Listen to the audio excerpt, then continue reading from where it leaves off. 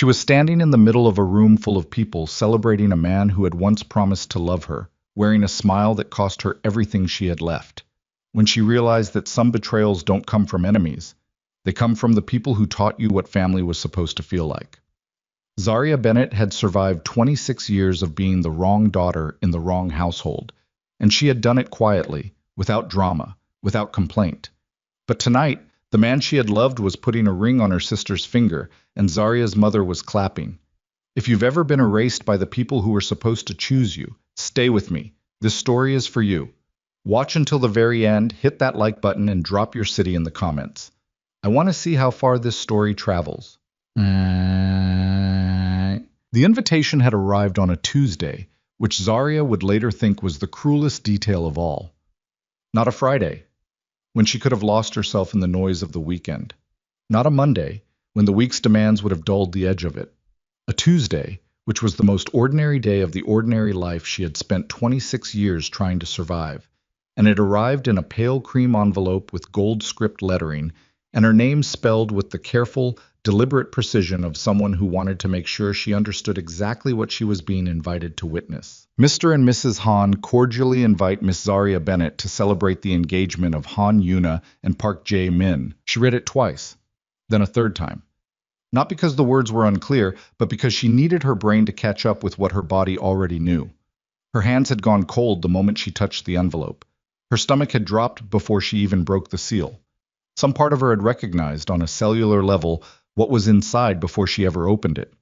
And now she stood in her small kitchen in the apartment she rented in Mapo-gu, the one her mother had never once visited despite living 20 minutes away by car. And she read the name Park Jae-min printed in gold ink until it stopped looking like letters and became just shapes. Meaningless shapes on expensive paper. Park Jae-min. She set the invitation down on the counter with the same careful deliberateness that a person uses when they're trying very hard not to throw something. Then she turned, walked to the sink, turned the cold water on, and put both wrists under it.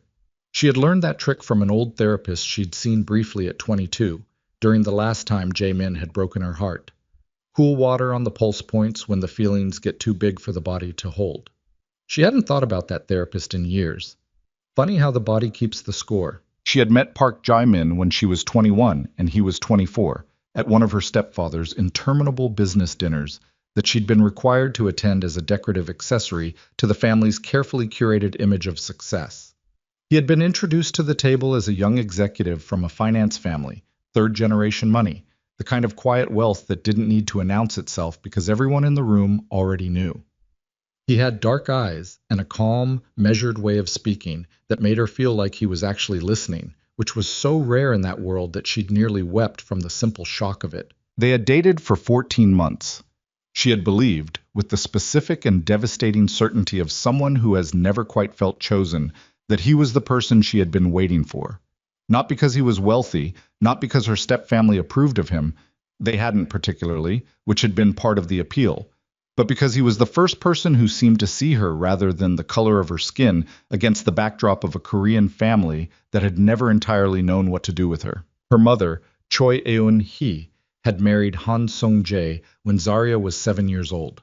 Her biological father was a Black American musician who had loved her mother briefly and completely, and then returned to Atlanta when the relationship collapsed under the weight of practical incompatibility and cultural distance.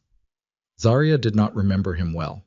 She remembered the smell of a particular cologne and the sound of someone laughing loudly in the next room and the feeling of large hands lifting her above someone's head. That was all. He had died in a car accident when she was 11, which closed the chapter on that particular wound before she'd been old enough to properly process it. Han Sung-jae had been kind to her in the abstract, distant way of a man who simply didn't know what to do with a child who looked nothing like him, and nothing like his daughter. And nothing like anything his world had prepared him to navigate. He hadn't been cruel. He hadn't been warm.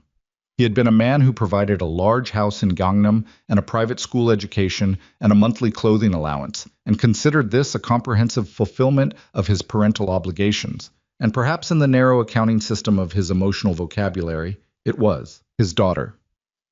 Yuna was 3 years younger than Zaria and beautiful with the specific camera-ready beauty of someone who has been told their whole life that beauty is their primary value.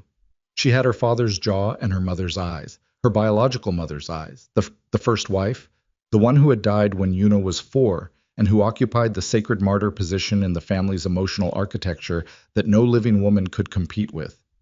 Yuna had grown up soft and demanding and accustomed to every room organizing itself around her comfort, and she and Zarya had existed in the same household for 19 years in a state of carefully managed mutual antipathy that masqueraded at family gatherings as indifference. Zarya had never told anyone in the family about Jai-min. That was the part she kept coming back to, under the cold water, in her small kitchen on a Tuesday afternoon. She had kept the relationship private from her stepfamily for reasons she hadn't examined too closely at the time. Some combination of wanting something that was only hers, and the low, shameful knowledge that she didn't entirely trust them not to ruin it. She had been right not to trust them, as it turned out. She simply hadn't anticipated the specific mechanism of the ruination. Jaemin had ended things with her 18 months ago.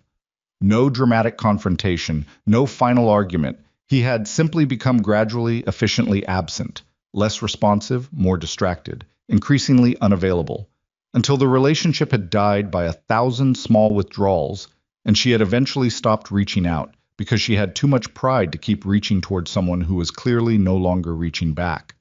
It had hurt with the particular bone-deep ache of something you never got to properly grieve, because there had been no clean ending, only the slow recognition that it was already over. She had not known, until this invitation, that he had met Yuna. She did not know how long. She did not know when. She did not know whether the overlap was the reason he had pulled away from her, or whether Yuna had come after, filling the space Zarya had vacated. She was not sure, standing there with her wrists under cold water, which version would hurt more. Her phone rang. Her mother's name on the screen. She turned off the tap. She stared at the phone for the 4 seconds it took the rational part of her brain to override the part that wanted to throw it against the wall. Then she answered. "You received the invitation," her mother said. Not a question. "I did. It would mean a great deal to Yuna if you attended." Zarya said nothing for a moment. She was measuring her words the way you measure medicine, carefully, mindful of the dosage, aware that the wrong amount in either direction causes damage. "How long?" she finally said. A pause. Brief but not imperceptible. "Zarya, how long have they been together? That isn't—" "Mom." The word came out harder than she intended. It always did. The word had angles on it because the relationship had angles on it. Because 20 years of living inside a family that loved you theoretically and failed you specifically left marks that expressed themselves in the voice at unguarded moments. "How long?" "About a year," her mother said, and Yoon-hee's voice had the particular quality of someone navigating a minefield they themselves helped to lay. "Zarya, I didn't know at first that you had known him. By the time I understood the situation, they were already serious, and I didn't want to— I need to go. The dinner is Saturday. It would be— I heard you, I need to go." She ended the call. She put the phone face down on the counter. She stood in her kitchen for a very long time, looking at nothing in particular, while the afternoon light moved across the wall and the city outside her window continued to exist with its customary indifference to individual suffering. She told herself she wasn't going to attend. That lasted approximately 3 days. The Han family's ability to manufacture obligation out of thin air was one of the truly remarkable things about them. Zarya had spent 2 decades watching it happen and still could not entirely explain the mechanism. It was not threats exactly. It was not explicit manipulation. It was the accumulation of small remarks, each individually deniable, collectively suffocating. Her mother mentioning, in the same exhausted tone she'd used for 20 years, how much it would hurt everyone if Zarya couldn't put aside her personal feelings for one evening. Her stepfather's assistant calling to confirm her attendance, as if her attendance were already confirmed.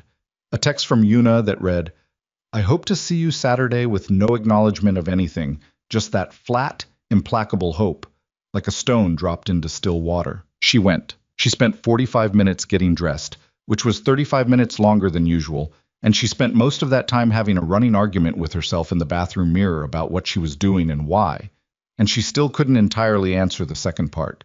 She put on the one dress she owned that made her feel like more than what she was, a deep burgundy wrap dress that she'd bought on sale and saved for occasions that required her to feel armored. And she did her makeup with the methodical focus of someone prepping for surgery, And she looked at herself in the mirror for a long moment before she left. She looked fine. She looked like a woman who had everything under control. She was a magnificent liar, when properly motivated. The restaurant the Han family had chosen was the kind of place that didn't post its menu prices online, which was itself a statement. It occupied the top floor of a Gangnam hotel, all floor-to-ceiling glass and low lighting, and the hushed, reverential atmosphere of very expensive spaces, and the hostess who greeted Zarya at the elevator wore the careful, professional blankness of someone paid to register nothing and reflect everything. Zarya gave her name. The hostess checked the list. Found it. Probably near the bottom, she thought, in the category of necessary presences rather than celebrated ones, and led her through to the private dining room where the evening was already underway. The room was full when she entered. 20, maybe 25 people arranged around a long table set with white flowers and crystal and the warm, flattering light that money bought for its most important evenings. She registered faces in quick succession, step-family adjacent, business associates of her stepfather's, several people she didn't know. And then, with the inevitability of gravity, her eyes found Jai-min. He was at the head of the table beside Yuna, and he was exactly as she remembered him, and also entirely different in the way that people become when they are happily positioned inside a life that once included you. He looked comfortable. He looked like he belonged there. He had his hand resting on the back of Yuna's chair with the proprietorial ease of a man who has already decided where he is going, and Yuna was leaning slightly toward him in the unconscious way of women who know they are adored. And Zarya stood in the doorway for one breath, just one, before she shut whatever was opening inside her chest and walked into the room. She found her place card near the end of the table, predictably distant from the center of celebration. She sat down, smiled at the woman beside her, who she vaguely recognized as a friend of her mother's, accepted a glass of wine from a passing server with the practiced grace of someone who has been attending gatherings they didn't want to be at for their entire adult life, and began the work of surviving the evening. It was going tolerably well, in the grim way that tolerably describes, until dessert. She couldn't reconstruct afterward exactly how it happened. There had been toasts. Her stepfather's toast was long and elaborate and self-congratulatory, in the way of men who view their daughter's engagement primarily as a reflection of their own social achievement. And then some reorganization of seating that brought Jai-min and Yuna closer to her end of the table. And then a moment where the conversation lulled and Jai-min looked at her across a gap of maybe 4 feet and said, with the mild conversational tone of someone making a harmless observation, "I heard you're still in event coordination. Small work, but I suppose it suits you." The table didn't go entirely silent, but it quieted. The particular quieting of a room where something has been said that everyone heard and no one will acknowledge. Yuna smiled into her wineglass with the specific, pleased micro-expression of someone who has been waiting for exactly this. Zarya's mother looked at the table. Small work, but I suppose it suits you. She had been invisible her whole life, and she had survived it by making herself smaller and smaller and smaller, until she fit inside the space people had decided was appropriate for her, and she had done it with grace, and done it with silence, and done it with the quiet, corrosive dignity of someone who has decided that preservation matters more than pride. She was tired of it. She was so tired of it that the exhaustion lived in her molars and behind her eyes, and in the specific heaviness of her shoulders at the end of every day. She didn't plan what happened next. She was genuinely operating on something beyond rational decision-making, some deep animal survival instinct that had finally reached its ceiling and turned around. She turned slightly in her chair and looked at the man sitting 2 tables away in the partial shadow of the room's far corner, the one who had been there when she arrived, the one she had registered on entry and then professionally ignored as one ignores anything in one's immediate environment that radiates that specific density of physical authority and social danger. She had heard of Seo Kong-jun. Everyone in Seoul's intersecting circles of money and power had heard of Seo Kong-jun. He was 34 years old and ran a business empire that was officially listed in commercial real estate and private equity and several other anodyne categories that appeared, on paper, entirely legitimate. He was also, depending on who you asked and how reliable their information was, the operating force behind half the shadow governance of Seoul's underworld, the man who settled disputes between families, who controlled the infrastructure that other organizations depended on, who had built, over a decade and from genuinely brutal origins, The kind of power that didn't need to advertise because its reputation preceded it by several rooms. He had dark, still eyes and a quality of physical presence that occupied more space than his actual body required, the way that truly dangerous people always do. He was sitting alone, which was unusual for the kind of man he was, and he was watching the room with the unhurried attention of someone for whom observation was a professional skill. She had approximately 2 seconds to decide. She took them. Then she looked back at Jai-min, and she smiled. A real smile, not the performed one she'd been maintaining all evening, something edged and private and entirely genuine in its complete refusal to be diminished, and said, "It's sweet that you're keeping track of my work. My boyfriend prefers I stay busy when he's in meetings." The pause that followed had texture. She could feel it. Jamin's eyes moved to hers with the first real attention he'd given her all evening. "Your boyfriend." She reached for her water glass with the unhurried ease of a woman who was not currently constructing a fiction that could detonate her life. "He was insistent about accompanying me tonight, but I told him it was a family dinner. He worries." "Who is he?"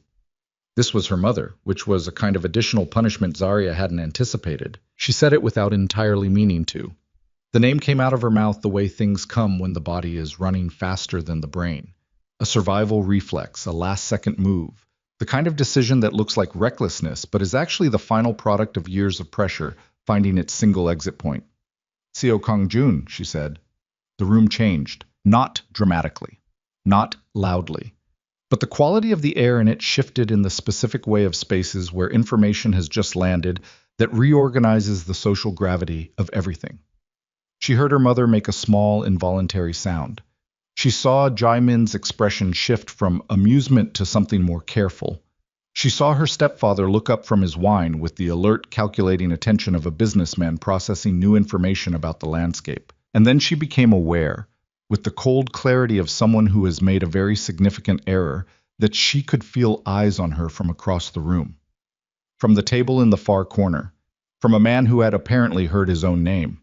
She did not look. She kept her eyes on the center of the table and maintained the expression of a woman who is entirely comfortable with what she has just said, while internally she was conducting a very rapid and not particularly encouraging assessment of her available options, which were limited, which were essentially none, which were... The room changed again. She heard it in the quality of the silence before she understood it. The subtle collective adjustment of people becoming aware that something was moving toward them. Then a hand landed on her shoulder. Not rough, not aggressive. Simply present, with the weight and certainty of someone who has never in their life needed to prove a point twice. She looked up. Seo Kong-jun was standing behind her chair, and he was looking at the table in general, and Jai-min in particular, and his expression was the most neutrally pleasant expression she had ever seen on a human face that nevertheless communicated, with absolute clarity, something that made every person at the table become very still. "She's with me," he said. His voice was calm, not soft. Calm, which was different, which was the difference between a sleeping thing and a still thing. He said it the way you state a fact about geography. The sky is above us. The floor is beneath us. She is with me.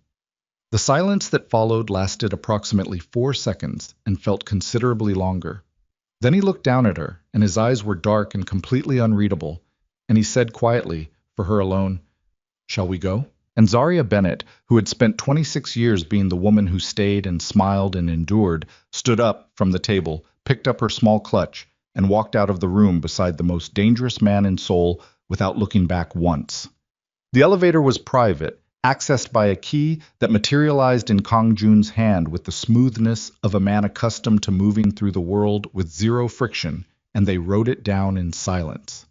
Not uncomfortable silence, something more charged than that, with the specific atmospheric quality of two people who have just done something together and are both in the process of working out what it means. The lobby of the hotel was wide and white, and mostly empty at this hour, and he walked her toward a bank of windows overlooking the street rather than toward the exit, which told her this wasn't over.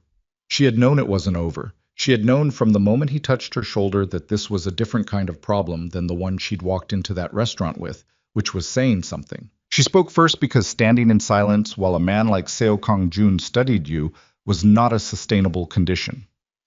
"Thank you," she said. "You didn't have to do that." "No," he agreed. "I didn't. I'm sorry. I said your name without... I didn't think it through. He studied her for a moment with those dark, still eyes. Up close he was different from how he'd appeared across the restaurant. Less like an abstraction, more like a specific person, which was somehow more unnerving. There was a small scar through his left eyebrow, old enough to be pale, and he had the particular physical stillness of someone who had learned to be economical with movement in environments where movement had consequences. "Who are you?" he asked. "Zaria Bennett. My mother is Choi Eun-hee.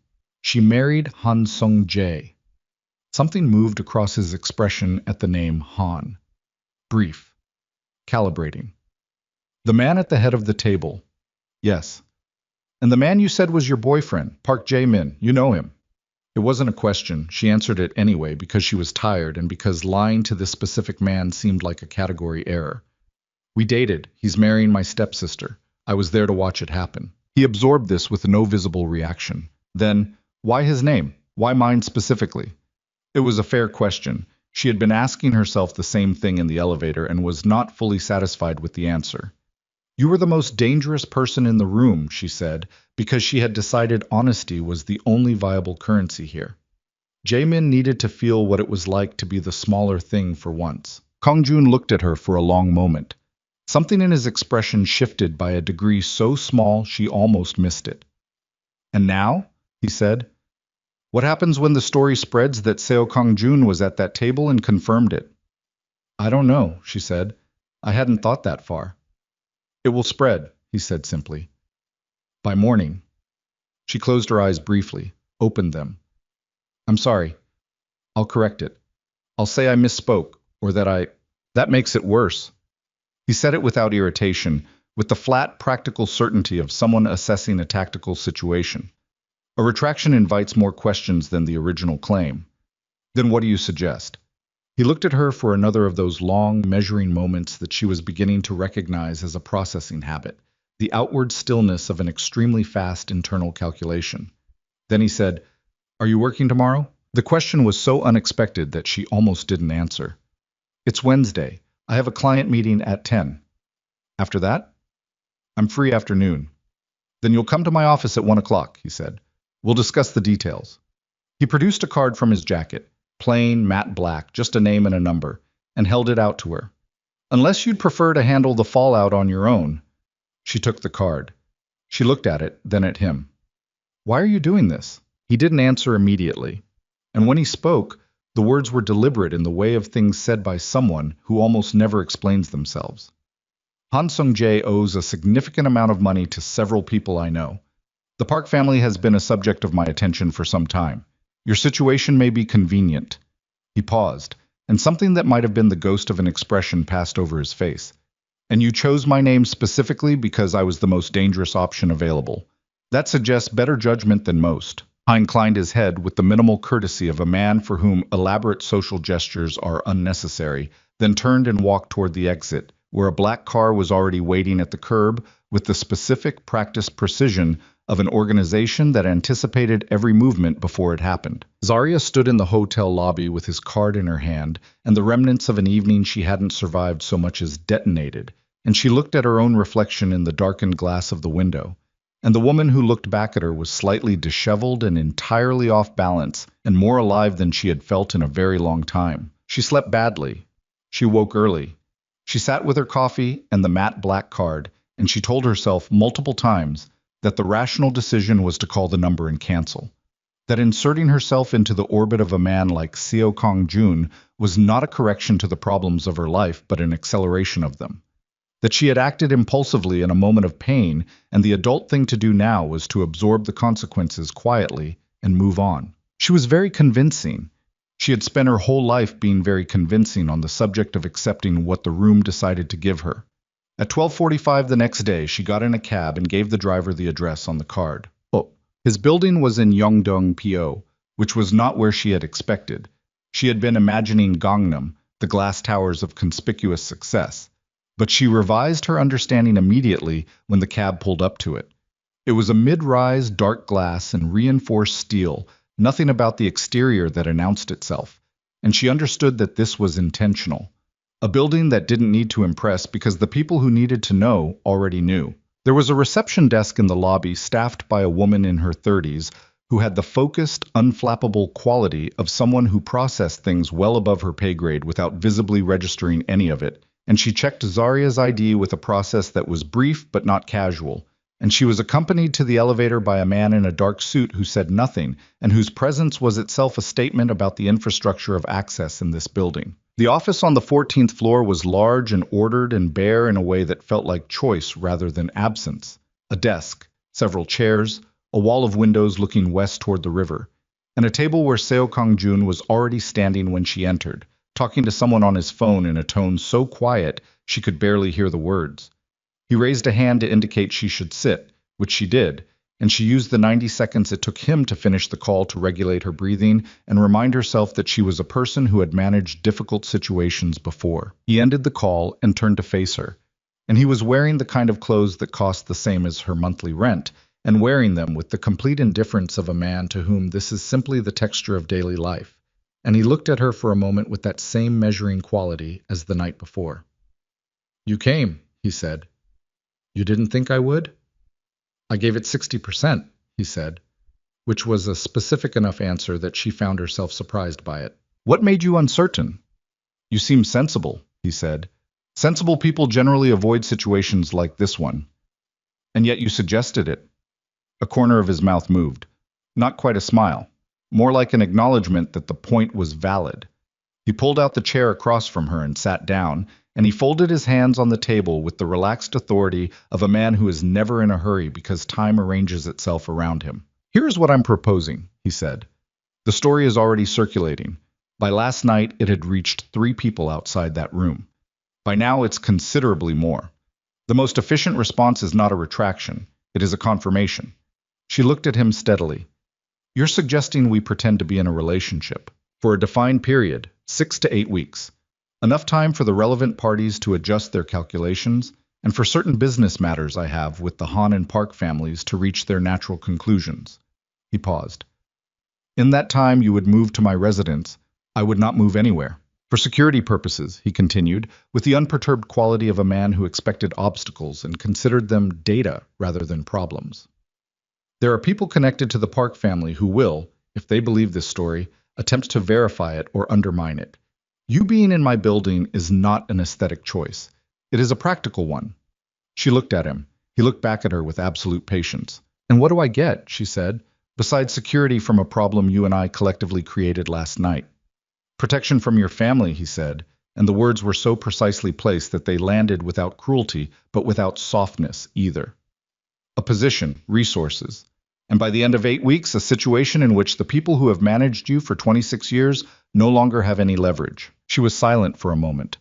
Outside the windows, the Han River moved in the afternoon light, gray and indifferent and enormous. "You know nothing about me," she said.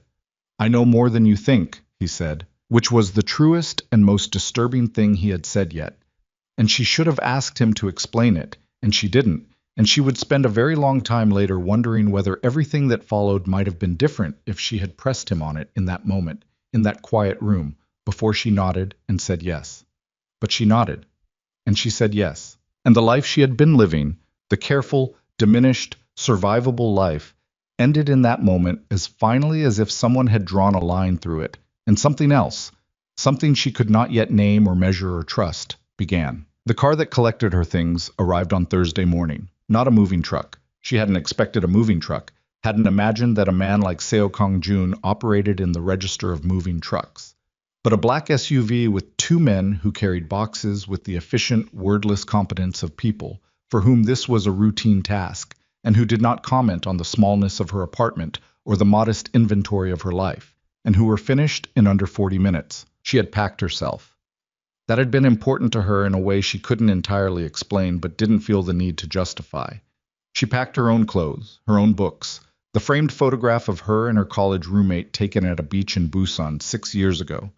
That was the only personal photograph she displayed, the good coffee maker she had saved 3 months to buy, and the small collection of business planning notebooks she'd kept since she started her event coordination company 2 years ago. She left the rest.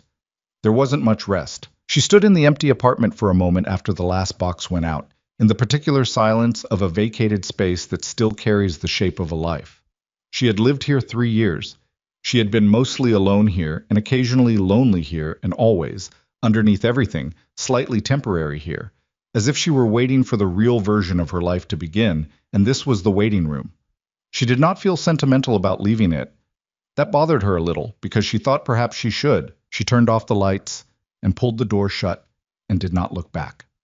The penthouse occupied the entire top floor of a residential tower in Yongsan-gu, which meant she woke the first morning to a view of the Han River that was so wide and gray and genuinely beautiful that she stood at the window for several minutes doing nothing except looking at it, and she felt something complicated about the fact that the most beautiful view she had ever had from any room she'd slept in had arrived via the most precarious circumstances of her adult life. The apartment was large in the way that reflected serious, considered wealth, not the aggressive display of new money, but the settled, functional luxury of someone who had owned beautiful things long enough to stop being impressed by them.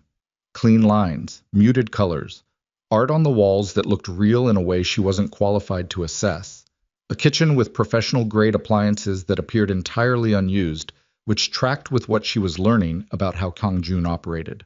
I was almost never there. This was the thing she hadn't anticipated, which was its own kind of embarrassing. She had spent the cab ride to her new life managing her nervousness about proximity to a man who was, by any reasonable accounting, alarming, and what she found instead was absence. He had a room. She had a room.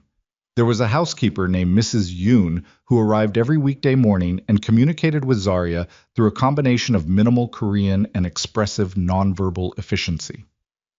There were 2 security personnel stationed in the building at all times, one in the lobby and one in the hallway outside the penthouse floor, who were polite and invisible in the specific way of trained professionals. Kangjun himself moved through the space like weather, present periodically, usually at night, always briefly, and gone before she had fully registered he'd been there. On the 4th day, she came out of her room at 7 in the morning to find him standing at the kitchen counter, drinking coffee and reading something on his phone, still in his shirt from the night before with the collar open, and he looked up when she appeared in the doorway and said, "There's coffee," with exactly the same inflection he might have used to indicate a traffic update. "Thank you," she said. She poured herself a cup. She sat at the counter across from him at what she assessed as a distance that communicated neither approach nor retreat. He was still reading. She looked at the river. "Do you sleep here?" she asked. He didn't look up. "Sometimes." "You weren't here Wednesday. Meeting ran late." A pause, and then he looked at her, and the look had that quality she was beginning to understand as his version of attention. Not warm, but complete. He gave you all of it when he gave any of it. Is that a problem? "No," she said. "I was establishing parameters." "The parameters," he said, "are that you have full access to this space, to a car and driver if you need one, and to a security escort if you leave on personal business. Business calls, photographs, appearances will be scheduled through my assistant, Ji Yeon. She'll contact you." "What kind of appearances?" "Dinners. A few public locations. Events where being seen together has strategic value." He set his phone down and picked up his coffee. "I'm not asking you to perform. I'm asking you to exist in the same space occasionally. And when people ask me things, about us, keep it vague, long enough that the timeline doesn't invite scrutiny, close enough that the details don't conflict." He paused. "You'll have questions from your family within the week. Your mother will call. She's already called."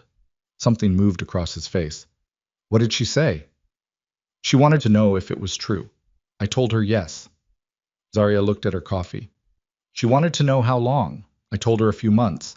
She wanted to know why I hadn't told the family." She set the mug down with a small, precise motion. "I told her I wasn't in the habit of sharing things with people who weren't interested in them." Kangjun was quiet for a moment. "And she said I was being unfair." Zarya smiled without humor. "She's been saying that my whole life. It means she can't find a better argument." He watched her for a moment with that full, complete attention. Then he said, "You're good at this."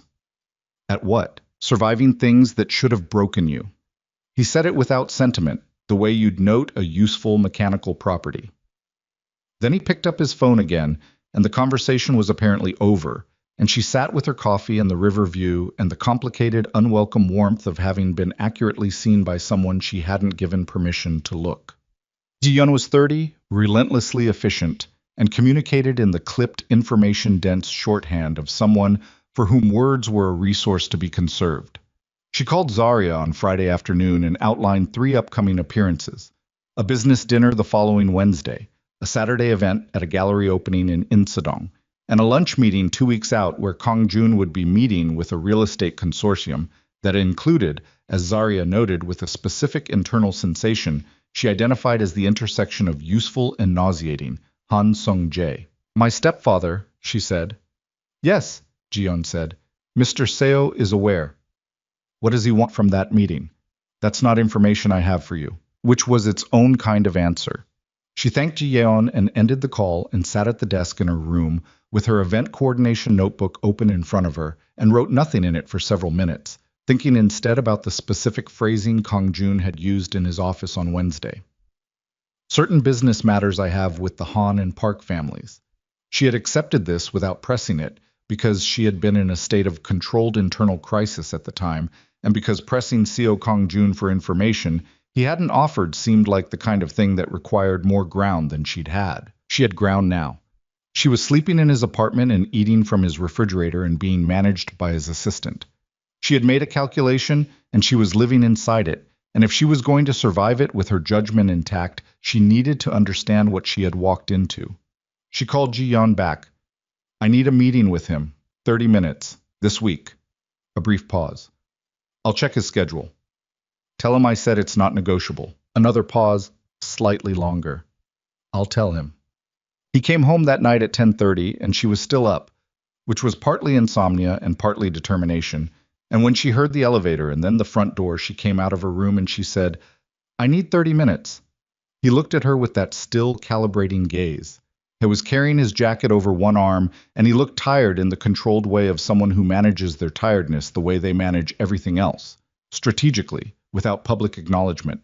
"Now? You're here now." He set his jacket over the back of a chair and moved to the kitchen. "You want coffee? It's 10:30. That wasn't an offer. That was an inquiry." He was already filling the machine. "Sit down." She sat at the counter. He made coffee with the economical precision of a man who has made it alone in a silent kitchen at late hours often enough that the movements are entirely automatic. And he set 2 cups on the counter and sat across from her and said, "Ask. What are you after with my stepfather?" "Debt restructuring." "What does that mean?" "He borrowed money from parties who are connected to me. Restructuring means renegotiating the terms of that debt in a direction that is more useful to my interests. He owes you money. He owes money to people I do business with. The distinction matters legally." His voice was flat and factual. "The Han family's financial situation is more complicated than their lifestyle suggests. They've been managing a liquidity problem for about 3 years. She looked at him steadily. "And the Parks?" Something shifted in his expression by a fraction. "The Park family has interests that conflict with several of my business arrangements. Jae-min's father has been actively working to undermine a property acquisition I've been building toward for 2 years. So getting close to you was not a planned variable," he said. "Your name at my table was unplanned." My response was a calculation made in approximately 4 seconds. He paused. "The calculation has become useful beyond what I initially projected. Because being seen with me puts pressure on both families." "Yes." "And the protection you offered me is real," he said. His voice changed slightly on that, hardened by a degree that wasn't aggression, but finality, the tone of someone correcting a fact. "The protection is not a performance. When I said you're with me, that was a statement with consequences. No one in my world will touch anything connected to me." He looked at her. "That includes you." She was quiet for a moment. Outside the windows, the river was dark, and the city lights doubled themselves in the water, and the world was very large, and she was sitting in the middle of something whose full dimensions she still couldn't see. "I'm not nothing in this arrangement," she said. "I need you to understand that." "I know you're not nothing." "That's not the same as understanding it." She looked at him directly. "I will do what we agreed. I'll be present when you need me present, and I'll handle my family, and I'll make the story credible. But I am not a piece to be moved. If you use me for something without telling me first, I will walk out of this building and correct every story and take whatever comes from that." He met her eyes. The look lasted several seconds, and she didn't look away. "Understood," he said. It should have felt like a small thing. It didn't feel small. In the particular architecture of how she had been treated by people with power over her life, being told understood in a tone that meant it was a significant structural event, and she hated that it was, and she absorbed it anyway because that was the truth of her history. She picked up her coffee. He picked up his. And they sat in the strange, charged quiet of two people who have just established something that neither of them entirely has a name for, while the city moved outside and the night pressed against the glass. The Wednesday dinner was at a private club in Hanamdong that she had heard of but never entered, and she wore a dress that Ji Yeon had arranged to be delivered, black, structured, expensive in the precise understated way of Kang Jun's world. And she rode in the car beside him in a silence that was different from their kitchen silences. More public. More performed. She was aware of being looked at before they even arrived. He opened her door himself when the car stopped. Not performance, or not only performance. He did it with the same economy of motion he applied to everything, and he touched the small of her back briefly as they walked in, light enough that she almost didn't feel it, except that she did feel it, and her body's notation of that fact was irritating and irrelevant and thoroughly noted regardless. The dinner was 8 people. Finance, real estate, the kind of men who operated in those gray sectors between legitimate business and the kind of arrangements that were never written down. She sat beside him, and she did what she was there to do. She was present, she was fluent, she engaged the conversation at the table with the social competence she had developed over 26 years of navigating rooms where she was an outlier and had chosen professionalism over withdrawal as her survival strategy. She watched him work. That was the other thing she did, and she did it with the careful attention of someone filing information they don't yet know the use of. He was different in this room than he was in the apartment. Not false. The stillness was the same, the economy of expression was the same, but amplified. The men at this table watched him the way people watch weather, with the mixture of respect and wariness that belongs to things powerful enough to be dangerous. He spoke rarely, and when he spoke, people listened with the focused attention of people who understood that information from this source came without repetition. At one point, the man across from her, mid-50s, with the look of someone who had made most of his money in ways he preferred not to specify, looked at her with a quality of attention that was not hostile but was definitely assessing, and said, "CO never brought anyone before, didn't think that was his way." She felt Kang Jun's stillness beside her shift almost imperceptibly. She smiled at the man across the table and said, "People change their way when the right person comes along." She paused. "Or so I'm told." The man laughed. Kang Jun said nothing, but under the table his hand found hers briefly, 2 seconds, a contact that was gone before she could decide what it meant, and she kept her expression exactly as it was and did not look at him. They were back in the car at 11. The city moved outside the windows. She was looking at her hands in her lap when he said, without preamble, "You handled that well." "I've been handling rooms that didn't entirely want me for a long time," she said. "I have a system." He was quiet. Then, "What's the system?" "Find the one person in the room who's paying real attention and talk to them. Let the people performing for each other perform." She looked out the window. "You were paying real attention. So was the man across from me, which is why I addressed him directly." She felt him look at her in the dark of the car. "Kim Dong-soo," he said. "He controls 3 of the port facilities in Incheon. Is he important to what you're building?" "He will be." She nodded. "Then you're welcome." And in the dark, in the car moving through the lit streets of the city, she heard something that was not quite a sound, more like the adjustment of breath. The smallest exhalation that in a person with less control would have been a laugh, and she found herself pressing her lips together to hold her own expression in place. The first call from Yuna came on a Thursday, 12 days into what Zarya had started thinking of, in the privacy of her own head, as the arrangement. She had been expecting it. She had been expecting it with the resigned certainty of someone waiting for a particular season to arrive.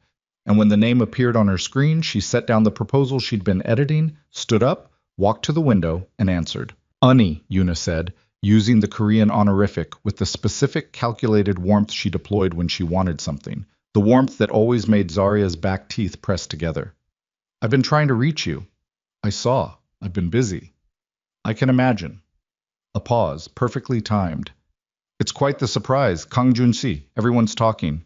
"I'm sure they are." "How long has it been going on? Really?" The question was wrapped in a tone of sisterly intimacy that they had never once actually had. "You can tell me." I did tell you, a few months.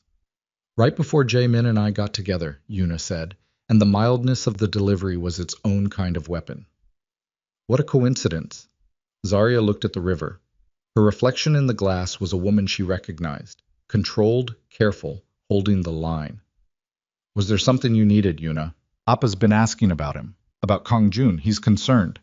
About which part? All of it. Yuna's voice shifted slightly, lost the false warmth, became something more honest, more unpleasant. You've never had anything, Zarya. You've never had this kind of... Jaemin was the only... She stopped, started again. People are saying you're living there. I am. Silence. You should be careful, Yuna said finally. Her voice was different now.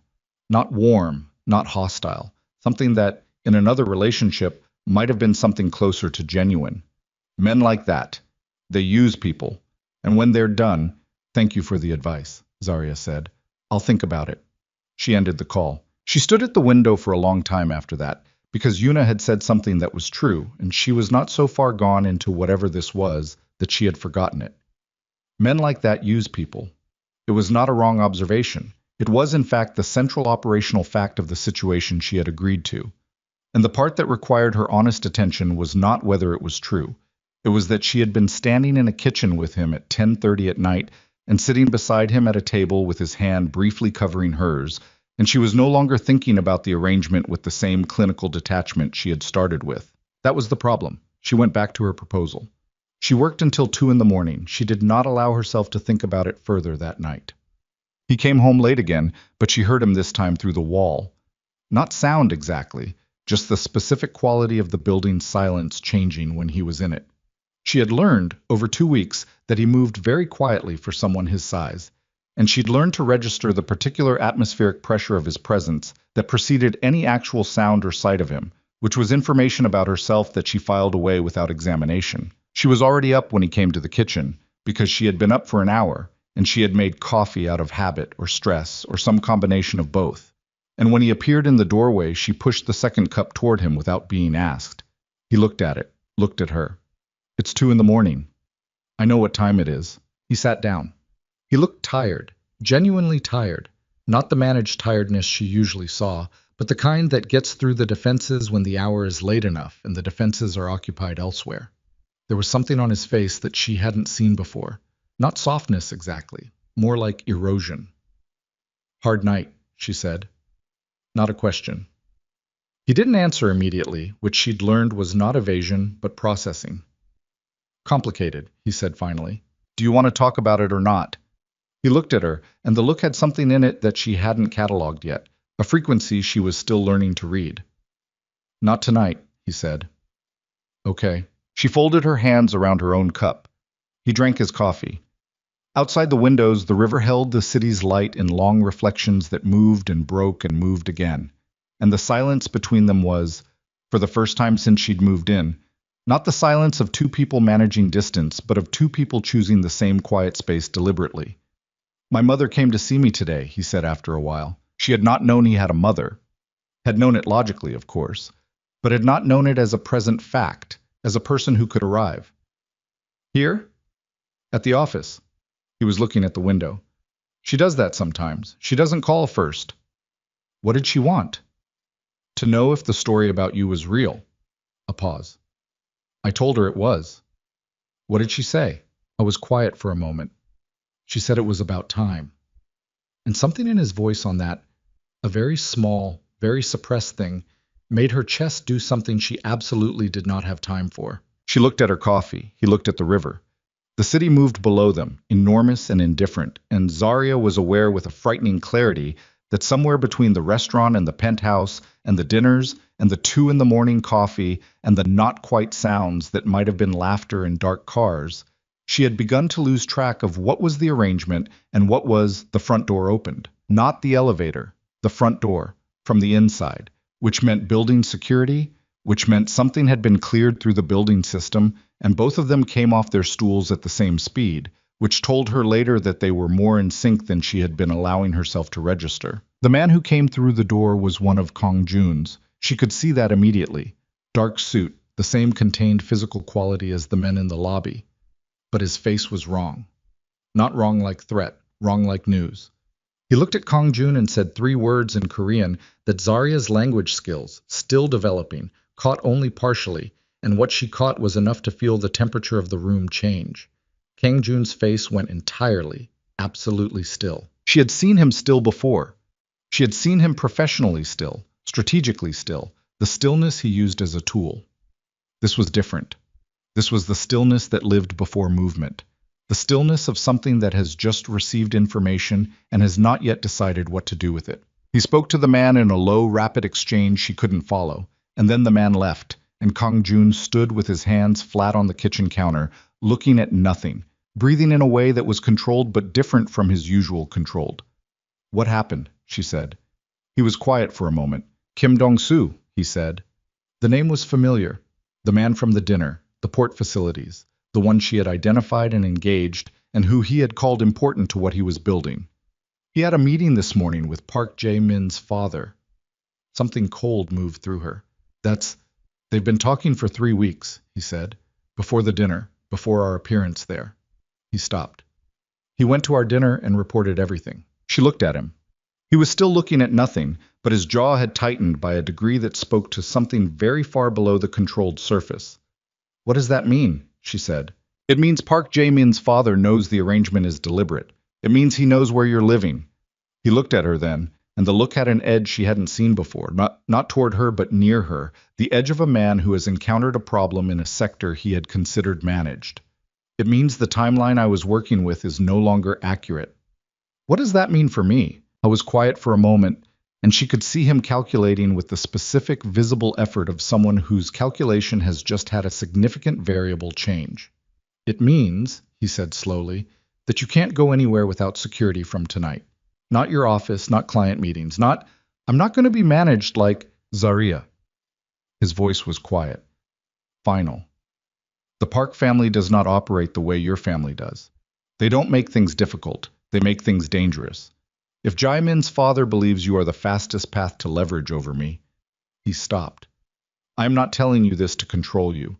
I'm telling you because last week I would have said the probability of you being a direct target was low. Tonight, I cannot say that." She looked at him in the kitchen of his penthouse, with the city burning outside and the river holding everything's reflection, and she understood, with the specific bone-deep clarity of someone who has just seen the full shape of what they stepped into, that the life she had walked away from on Thursday morning, the small apartment, the invisible existence, the survivable diminishment, was not a door she could find her way back through anymore. She had traded one kind of captivity for another, except this one had a view of the river, and a man standing in it who looked at her like she mattered, and she could not entirely determine whether that made it better or considerably, dangerously. She didn't sleep. She lay in the dark of her room in the penthouse with the city's light pressing through the curtains, and her mind running the same circuit it had been running since the kitchen. The word dangerous, the look on his face, the specific quality of his stillness when he'd said, "I cannot say that." And she stared at the ceiling and breathed and told herself that she was a person who had managed difficult information before, and this was simply more difficult information and she would manage it. She did not manage it. She lay there until 4 in the morning, and then she got up and went to her desk and opened her event coordination notebook and wrote nothing in it and closed it again. At 5:30 she heard him, the specific atmospheric pressure of his presence moving through the apartment, and then the sound of the front door, quiet and definitive. She went to the window in time to see the black car pulling away from the building entrance below. He had not slept either. She registered this with the particular awareness of someone who is tracking another person more carefully than they have consciously decided to. And she pressed her forehead briefly against the cool glass of the window and said, very quietly, to no one, "Get it together." The security arrangement manifested the next morning as a man named Park Sung-ho, who was introduced to her by Ji Yeon over the phone in the same clipped, informational tone Ji Yeon used for everything, as her designated close protection detail effective immediately. He would accompany her to all external appointments. He drove. He did not discuss his employer or her arrangement with his employer. He was not there to manage her. He was there to ensure that if anyone with the park's interest decided to manage her instead, they encountered a complication. She met him in the lobby. He was mid-30s, compact, with the quiet, alert quality of former military that she was beginning to recognize as a recurring characteristic of the people in Kong Jun's immediate circle. He bowed with professional courtesy and held the door and said, "Where to, Miss Bennet?" with the practiced neutrality of someone who had been briefed extensively and intended to behave as if he hadn't. "My office," she said. Mapogu. She had a small office, technically a desk in a shared working space, where she ran her event coordination business, and she had been managing it remotely since moving into the penthouse, but had 2 client meetings this week that required her physical presence and files she hadn't thought to bring. She sat in the back of the car and watched the city move outside the window, and tried to feel normal, which was a condition she was beginning to suspect had a shorter shelf life than she'd imagined when she'd agreed to any of this. The office was ordinary and familiar in the way of spaces that carry the texture of daily life, and she felt her shoulders drop by a fraction when she walked in. Her desk, her files, the slightly broken chair she kept meaning to replace, the coffee maker that wasn't as good as Kong Jun's. She sat down and opened her laptop and started working, and for 3 hours she was simply a person doing her job, and it helped more than she wanted to admit. She left at 2. Sung-ho was in the lobby, exactly where she'd left him. She was at the car door when her phone rang. Unknown number, but a sole prefix she didn't recognize. She answered because she was the kind of person who answered unknown numbers, which was a habit she had developed in the early years of her business and had never broken. "Miss Bennet." A man's voice. Older. Smooth with the specific practiced smoothness of someone who conducts difficult conversations regularly and has long since stopped finding them difficult. "My name is Park Hyun-soo." She went still. Park Hyun-soo. Jae-min's father. She knew the name the way you know the names of people who exist at the edges of your life as context. Heard in conversation. Registered. Filed. She had met him once, briefly, years ago, at an event her stepfather had hosted, and she remembered a tall man with cold, precise eyes who had looked at her the way people look at background furniture. "How did you get this number?" she said. "That isn't important. I wanted to speak with you directly, without intermediaries." A pause. "I think you're an intelligent woman. I think you understand the situation you've placed yourself in, better than you're allowing yourself to acknowledge." Sung-ho was watching her from 3 feet away. She kept her face neutral with the practiced effort of someone who had been performing neutrality under pressure her entire life. "I'm listening," she said. "What you have with Seo Kong-jun isn't what you think it is," Park Hyun-soo said. "You walked into his world because he allowed you to. He allows nothing by accident. I'd like you to ask yourself why a man like that picked up a woman he had never met at a family dinner and confirmed a lie she told in a moment of embarrassment. And I'd like you to consider whether the answer to that question serves your interests or his." She said nothing. "There are things you don't know," he said. "Come and talk with me. Just a conversation. No obligation, no threat. I have no interest in harming you. I have an interest in ensuring that a young woman doesn't get caught in the wreckage of a business conflict she has nothing to do with." Another pause, and his voice shifted by a degree into something almost avuncular. "You deserve to know who you're living with." "Send me a location," she said. I'll think about it." She ended the call. Sung-ho was still watching her. She looked at him and said, "I need to make another call. Give me a minute." He nodded and stepped back. She called Kong Jun. It rang 4 times and went to voicemail, which was the first time she'd called him directly, and one of the few times in the arrangement she had genuinely needed him to answer. And the specific frustration of that, the way the unavailability landed, told her something about how far her dependency had already shifted without her full consent. She left a message. She said Park Hyun-soo had called. She said she was coming back to the building. She said they needed to talk. She got in the car. Sung-ho drove. She looked out the window at the city, and she held Park Hyun-soo's words in her hands like something found on the floor. "Ask yourself why." And she turned them over and examined them and tried to determine whether they were weapons or warnings, and found that she could not, with confidence, do either. He called back before she reached the building. He said, "Don't meet with him. I wasn't planning to without talking to you first." "Good." A pause. "What did he say?" She told him. He was quiet throughout in the way of someone listening to tactical information, not for emotional content, but for data. When she finished, he said, "He's trying to create doubt." "Is he wrong to?" She kept her voice even. "Is there something I should know that you haven't told me?" A pause. slightly longer than his usual processing pauses, and she cataloged that. "We'll talk tonight," he said. "That's not an answer. It's the answer I have right now. Come back to the building. Don't take any other calls from numbers you don't recognize." He paused. "Zarya, I hear you. Tonight." She put the phone in her bag and watched Sol move past the window, and she thought about Park Hyun-soo's voice and the specific, deliberate shape of what he'd said, and she thought about the way Kong Jun had paused, and she thought about all of it with the careful, increasingly uncomfortable attention of someone who is starting to suspect that the floor beneath them is not entirely solid. "Oh, I was there when she got back," which was unusual enough for mid-afternoon that she noticed it immediately. He was in the main room, standing at the window in the way she recognized as his thinking posture, still, facing outward, hands loose at his sides. And he turned when she came in and looked at her with something that was not quite the expression she knew from their kitchen conversations. Something was off. She felt it before she could name it. "You're here," she said. "I moved some things." He turned fully to face her. "Sit down." "I'll stand." He looked at her for a moment with that full attention, and she saw the small adjustment in his jaw that she had begun to read as the external indicator of him deciding something internally. "Park Hyun-soo told you to question the circumstances under which we met." "Yes." "And you're questioning them." "I'm standing here, which means I came back instead of calling a cab from my office, which should tell you something about where I'm at." She looked at him steadily. "But yes, I'm asking." He was quiet. The quiet had a different quality than usual. Not the stillness of processing, but the stillness of someone standing at a threshold they have known was coming. "I knew who you were before the dinner," he said. "The room didn't change. The light was the same, the river was the same outside, the city was still going." But she felt the words land in her body the way cold water lands, total, immediate, inescapable. "Explain that," she said. Her voice was very even. She was working very hard to keep it that way. "I've had ongoing intelligence on the Han family for approximately 2 years. Financial surveillance, movement tracking, relationship mapping."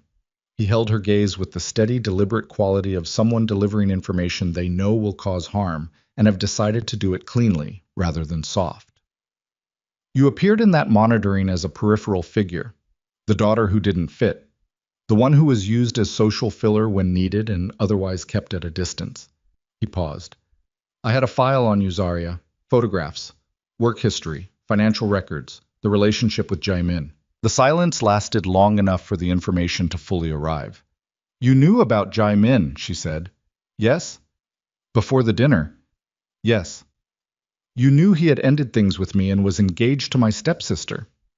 "Yes." She looked at him, and for a moment the only thing she could hear was her own breathing, which was steadier than it had any right to be, because the part of her that had learned to function under sustained emotional assault was doing its job, doing it automatically, holding the line while the rest of her processed what she was looking at.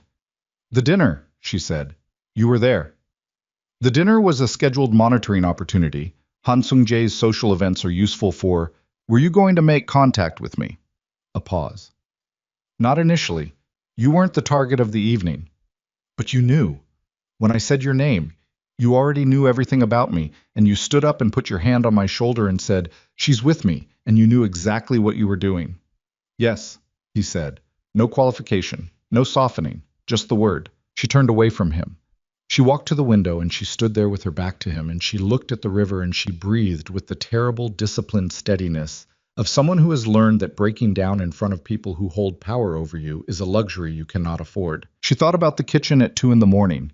She thought about his hand covering hers under the dinner table for 2 seconds that she had cataloged and returned to and tried not to read too much into.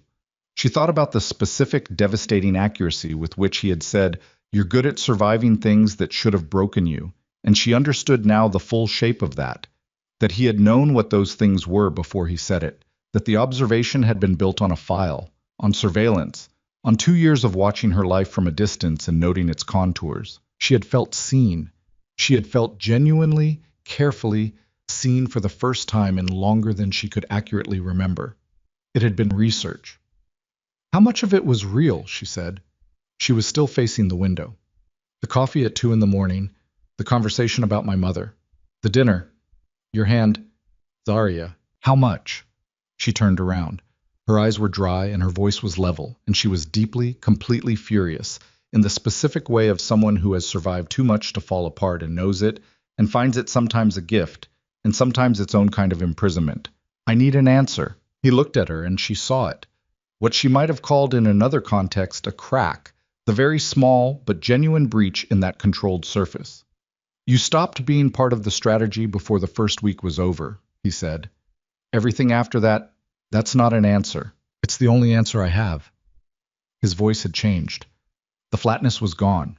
Something underneath it, something she had glimpsed in fragments over the past weeks, was present without the covering. I had a file on you. I used the situation. Both of those things are true. And then you sat across from me in my office, and you told me you weren't nothing in the arrangement, and you looked me in the face and meant every word of it, and I... He stopped. A muscle in his jaw moved. I did not anticipate you. Don't, she said. Zarya, don't tell me I was the variable that changed the calculation. Don't give me the version where I'm the exception. Her voice was steady and sharp, and each word was placed with the deliberate precision of someone who knows that the only power they have left in this moment is in the accuracy of their language. You built the situation. You let me walk into it believing I had made a choice. Everything I decided in that office, everything I agreed to. I decided it without the information you had. That's not a deal. That's a trap I walked into because I was hurt and tired, and you were... She stopped. Her jaw tightened. You were exactly what I needed to believe in that moment, and you knew it. He said nothing. Did you know he was going to mock me at the dinner? She said. Jaimin. A pause that lasted 1 second too long. You knew, she said. The understanding arrived with the cold, sickening clarity of a picture coming into focus. You knew how that evening was likely to go. You were there because you knew I would be there, and you knew the family dynamic, and you... She stopped. She pressed her fingers against her sternum briefly, the physical reflex of someone whose chest has gone very tight, and she made herself drop the hand. Tell me you didn't engineer it. I didn't engineer it, he said. The words were immediate, and she believed them, which was its own kind of problem. That she still believed his unqualified statements, that her trust in his direct denial was intact even now. What happened at the table was not planned. You saying my name was not planned. My response, he paused, was partly calculation and partly something I haven't entirely identified. That's supposed to make it better. No, he said quietly. It's not. She looked at him for a long moment. He looked back. The city was enormous and indifferent outside, and the light was going the particular gray gold of Seoul in late afternoon, and she stood in the most expensive room she had ever occupied in her life and felt poorer than she had felt in a very long time. I'm going to my room, she said. I need you to not be here when I come out. He held her gaze for another moment. Then he picked up his jacket from the chair where it had been draped, and he moved toward the door with his characteristic quietness. And he paused with his hand on the frame and said, without turning, everything after the first week was real. I know you have no reason to believe that. I'm telling you anyway. Then he was gone. She stood in the empty room with the sound of the city below, and she pressed both palms flat against the window glass and let the cold of it move up through her hands and into her arms, and she breathed until the tightness in her chest found some kind of accommodation with the air around it.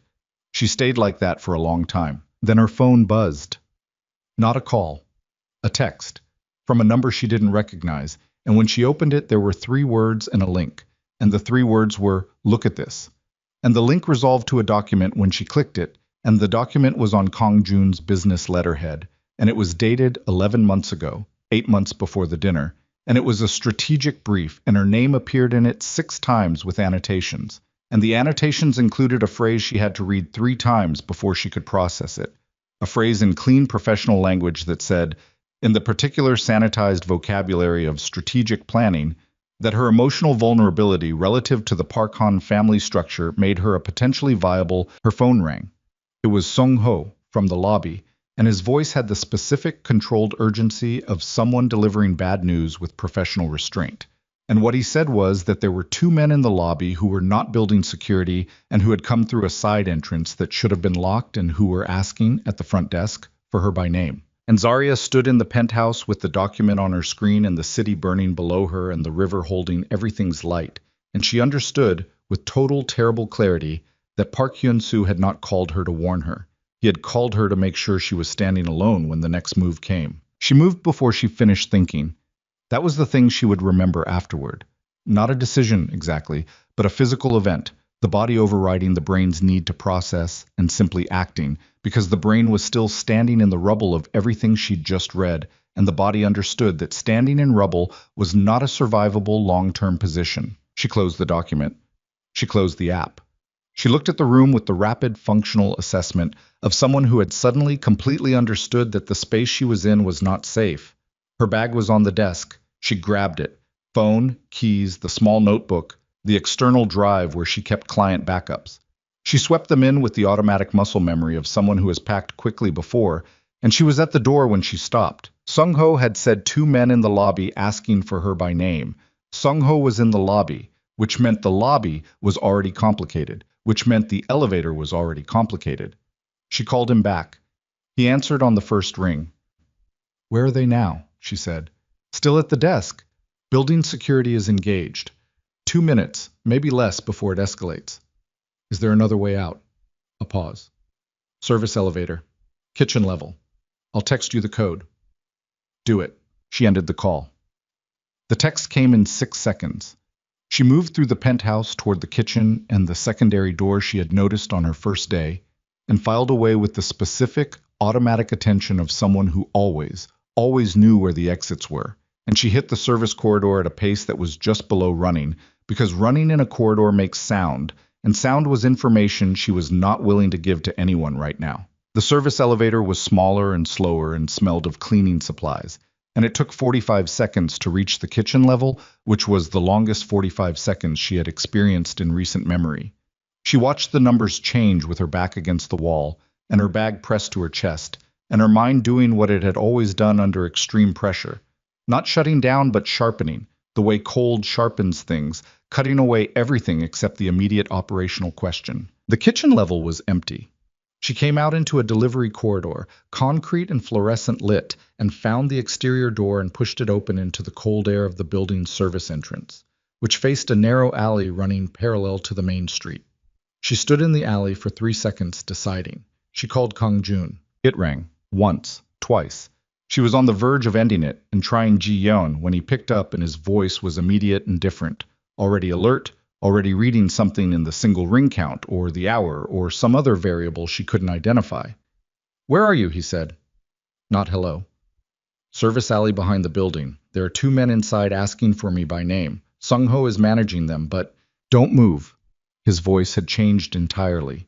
The controlled evenness was still there, but the register beneath it had dropped to something operational and total. "I'm 8 minutes out. Stay in the alley, stay against the wall. Don't go back inside." "Kang Jun." She said his name and stopped. A brief pause. "I know," he said. 8 minutes. He ended the call. She pressed her back against the concrete wall and breathed. The alley was cold and smelled of exhaust and wet pavement, and somewhere above her the city was going about its business with magnificent indifference, and she stood there with the document still burning in her phone's recent memory and the specific physical sensation of someone whose trust has been structurally damaged, and she thought, with the clarity that comes when everything else strips away. She was not going to let Park Hyun-soo use what she'd found tonight as the mechanism for her own destruction. Whatever Kang Jun had done, whatever the file had said, Park Hyun-soo had sent it to her at exactly the moment 2 men were arriving downstairs, and that timing was not coincidence. That timing was engineering, and she was done. She was completely and permanently done, being someone else's variable. The black car came around the corner of the alley at 7 minutes, not 8. He came out of the car before it fully stopped, and he moved toward her with a speed and directness that had none of the economy she associated with him in ordinary circumstances. And when he reached her, he put both hands on her arms and looked at her face with an attention that was not the measured, cataloging attention she knew, but something rawer and less controlled. And he said, "Are you hurt?" "No," he exhaled. One breath, sharp and through the nose. The exhale of a man releasing something he'd been holding since the phone rang. He kept his hands on her arms for another second and then released her and turned, and she could see from his profile that his jaw was set hard. "Inside the building or outside?" he said. "Inside still, last I heard. Sung-ho was—" His phone was already at his ear. He spoke in rapid Korean that she caught the edges of. instructions, locations, specific names that landed on the other end and clearly moved people, because he ended the call 40 seconds later and said, "They're contained. They won't be in that building again." He paused. "Or anywhere that requires the use of their hands." She looked at him. He looked back at her, and the rawness was still there, imperfectly covered, and she thought about the document and the annotations and her name 6 times on his business letterhead. And she thought about his hands on her arms 30 seconds ago, and she held both things simultaneously because that was the truth of the situation. Both things were true, and she was tired of the world offering her only the simple versions. "I read the document," she said. "Park Hyun-soo sent it." Something moved through his face. "When?" "Same time Sung-ho called. Coordinated." He was quiet for a moment. "What it said about you?" "I know what it said. It was written 11 months ago. The language in it—" He stopped. His jaw worked. "There are things in my business that are written in a particular way because that is how these things are written. It does not reflect—" "Not tonight," she said. Her voice was flat and steady and meant it. "I cannot do that conversation tonight. Tonight I need to know what is happening and what comes next. Everything else waits." He held her gaze. Then he nodded, once, with the quality of someone accepting terms. "Get in the car." They drove to a secondary location, not the penthouse, not his office, but a building in Seongdong-gu that she didn't recognize, a nondescript mid-rise that turned out to contain a floor of rooms used, she gathered, for exactly this category of situation, off-grid, secured, unknown to anyone outside a very tight circle. The room they brought her to was plain and clean and warm and had 2 chairs and a table and no windows, which should have felt like a threat, but felt instead like the specific, deliberate safety of a room that couldn't be seen into. 3 of his people were there. She recognized one from the penthouse building, the others she didn't know. They spoke in Korean around a table with a laptop open and maps, and she sat in a chair against the wall and drank the coffee someone brought without being asked, and she watched Kong Jun work. I was different here. Not different from her exactly. He still turned to check her position with the regularity that she noticed and cataloged, but different in the environment, the way a tool is different when it's being used for exactly the purpose it was made for. He moved through the information with the controlled ferocity of someone for whom this kind of crisis was not an aberration but a native terrain, and the people around him responded to him with the specific automatic deference of people who have decided without reservation that this is the person to follow when things become serious. She heard Jae-min's father's name. She heard the port facility name, Incheon. She heard what sounded like a location, repeated twice, with emphasis. She stood up and went to the table. Kang Jun looked at her. "Tell me what's happening," she said. "A beat." He looked at his people, then back at her, and he made the decision visible in real time, the small adjustment of a man recalibrating access. Park Hyun-soo moved tonight because he thinks the timeline on the property acquisition is accelerating. He's trying to force a negotiation by creating leverage. You are the leverage. He paused. The 2 men at the building were not there to hurt you. They were there to take you somewhere he controlled. A negotiating piece. Yes. She looked at the map on the laptop. A waterfront location. She could see the river markers, the port infrastructure. Is that where they would have taken me? One of 2 locations. We're narrowing it. He looked at her steadily. This ends tonight. Park Hyun-soo made the mistake of moving before he was ready because he thought I was distracted. Something in his voice on that, a hard, quiet thing. He was correct that I was distracted. He was wrong about what that meant for his odds. She looked at him for a moment. "What do you need from me?" "Nothing. Stay here. Stay." "What do you need from me?" she said again. Flat, specific. The voice she used when she was done being managed. He looked at her with something that was recognition and something that was not entirely comfortable to receive. Then he said, "Your stepfather, Han Sung-jae. If we can confirm his current location, it tells us which of the 2 sites Park is using tonight. They've been in communication all week. Your mother would know where he is." She already had her phone out. Her mother answered on the second ring, which meant she'd been awake, which meant something had already reached her. "Zarya, what's happening? People have been— Where is Appa tonight? Right now. Don't ask me why." A pause. "He had a dinner in Mapo. He should be—" The sound of movement, checking. "He just messaged. He's at the Incheon facility. He said it's a late inspection. Thank you." She ended the call. She looked at Kang Jun. "Incheon." He turned to his people immediately, and the room changed temperature. She was not supposed to go.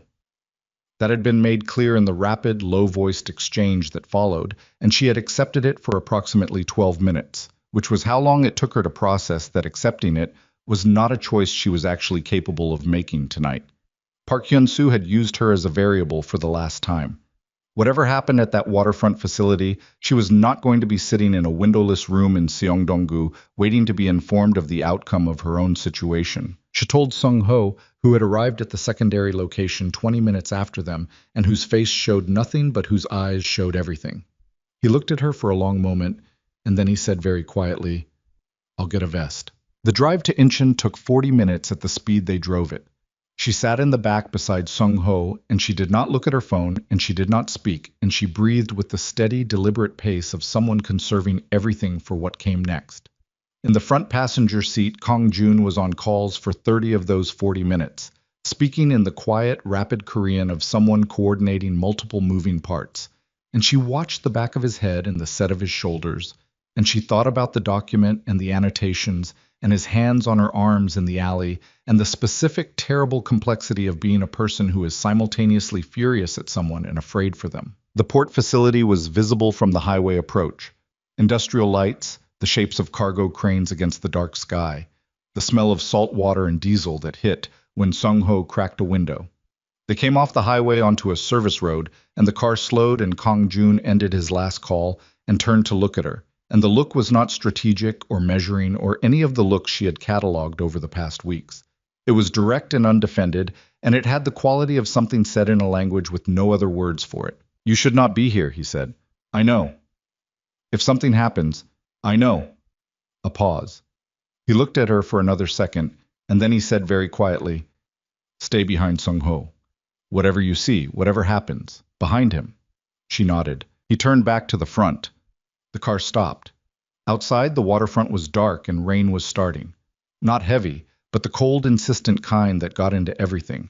And as she stepped out of the car into the wet air, she could hear the river, or maybe the bay, moving somewhere in the dark beyond the cargo containers. There were 4 of them, Kong Jun, Sung-ho, and 2 others she didn't know, moving into the facility through a service gate that had been unlocked by someone, somewhere, in the 30 minutes of calls she'd listened to without understanding. She stayed behind Sung-ho the way she'd been told, and she moved through the dark between stacked containers that were enormous and maze-like, and smelled of rust and salt water, and the only sounds were their footsteps, and the rain, and the harbor moving somewhere, and her own pulse, which she could feel in her throat. They heard the voices before they saw the lights. A cluster of industrial lamps set up inside what looked like a loading bay, the kind of temporary lighting that meant people had set up intentionally rather than been found in existing light. She could see shadows, could hear, in the particular acoustic of concrete and metal, the sound of more than one person speaking, and then one voice she didn't recognize, and then her stepfather's voice, Han Sung-jae. She would know it anywhere, after 20 years, the specific cadence of a man who was accustomed to rooms organizing around him and who was now, she could hear immediately, operating in a situation where that was not happening. His voice had a quality she had never heard in it before, something stripped of its usual confidence, something that sounded like fear. Kong Jun had stopped. He was looking at her. She realized she had stopped too and was looking toward the light, and something in her face had apparently broadcast something, because he said, very low, "He's not the target. He's a bystander they're using. He's not going to be harmed." She looked at him. She believed it and didn't believe it in equal measure, and she pressed neither because there was no room for it. He touched her arm briefly. 1 second, 2 fingers, the lightest possible contact, and then he was moving again, and she followed, and they came around the last container and into the edge of the light, and she saw the full shape of what Park Hyun-soo had built tonight, laid out in the loading bay like a terrible diorama. Her stepfather was standing near the far wall with 2 men beside him, whose positioning communicated with absolute clarity that he was not there by choice. Park Hyun-soo himself was standing in the center of the bay, and he was older than she remembered from the one time she'd seen him. Older and harder, with the particular physical quality of a man who had survived things that required surviving and had not come out of it softened. There were 4 other men in the bay, positioned with a deliberateness that her untrained eye nonetheless recognized as tactical. And then Park Hyun-soo looked toward the edge of the light, where they had emerged, and she watched his face process the arrival of Seo Kang-jun with an expression that moved through several registers in rapid succession: calculation, reassessment, something briefly adjacent to doubt, before settling into the specific, controlled blankness of a man who had prepared for this possibility. His eyes moved past Kang-jun. Found her. And he smiled. "I wasn't sure you'd come yourself," he said. His voice was exactly as it had been on the phone. Smooth, practiced, carrying the artificial warmth of someone for whom warmth had always been a tool. "Either of you." His gaze held Zarya for a moment. "She saw the file, I take it. This ends tonight, Hyun-soo." Kang-jun's voice in this space was different from any version she had heard. Not louder, quieter. The kind of quiet that had density. "Release Han. Whatever you think this buys you, it's already spent." "I think it buys me a conversation," Park Hyun-soo said. "A real one. Without lawyers and proxies, just the two of us and the actual terms." He looked at Zarya again. "She was always just a variable to you, I told her that. Did you explain the document, or did she figure it out herself?" Kang-jun said nothing. "She did," Park Hyun-soo said, sounding almost impressed. "Intelligent woman. You should have been more careful." He tilted his head, and his eyes on Zarya were sharp and cold beneath the avuncular surface. "Do you understand what you are to him? Even now? You're the reason he's standing in this building tonight, instead of negotiating from a position of strength. You've been a liability from the moment he put his hand on your shoulder in that restaurant and decided sentiment was a strategy." Kang-jun moved, not toward Park Hyun-soo, toward Zarya, and it happened in less than a second. The gap between Park Hyun-soo finishing his sentence and the sound, somewhere in the shadows above the loading bay, of something moving that shouldn't have been moving, and Kang-jun crossed the distance between them and put himself directly in front of her with his back to whatever was in the shadows. And she heard. The sound was a shot, single, sharp, the kind of sound that doesn't echo the way movies suggest, but instead arrives and then lives in the body of everyone who heard it. A fact, sudden and irreversible, written into the air of the loading bay before anyone had time to process it. Zarya felt the impact before she understood it. Kang-jun's body lurching forward into hers with a weight and momentum that was not a choice but physics, and she caught him, or tried to, her hands finding his jacket, and his arm finding the wall beside her, and both of them going down to one knee against the concrete with the grinding reality of weight and pain and the cold, wet floor of a harbor facility at midnight. She heard Sung-ho's voice, heard running, heard other sounds she cataloged later but could not process in the moment, because in the moment there was only Kang-jun's breathing against her ear, fast and shallow and wrong, and her own hands pressing against the left side of his torso where his jacket was dark in a way that was spreading. "I've got you," she said. It came out very quiet. Not the managed, controlled quiet she had trained into herself over 26 years, but something underneath that, something that had no performance in it at all. He stopped. His jaw was tight, and his face had the particular grayish quality of a person whose body is managing a serious insult and managing it at cost. "I'm all right." "You're not, relatively." A breath that was almost, under any other circumstances, something she might have called a laugh. "Relatively all right." Around them, the loading bay had become a different kind of chaos from the one that had existed 10 seconds ago. The controlled, escalatory tension of a standoff replaced by the fractured, urgent chaos of its collapse. She could see Sung-ho and the two others moving with speed and precision toward Park Hyun-soo's men, and she could hear voices, and she could hear her stepfather's voice among them, high and frightened and more human than she had ever heard Han Sung-jae sound in 20 years of knowing him.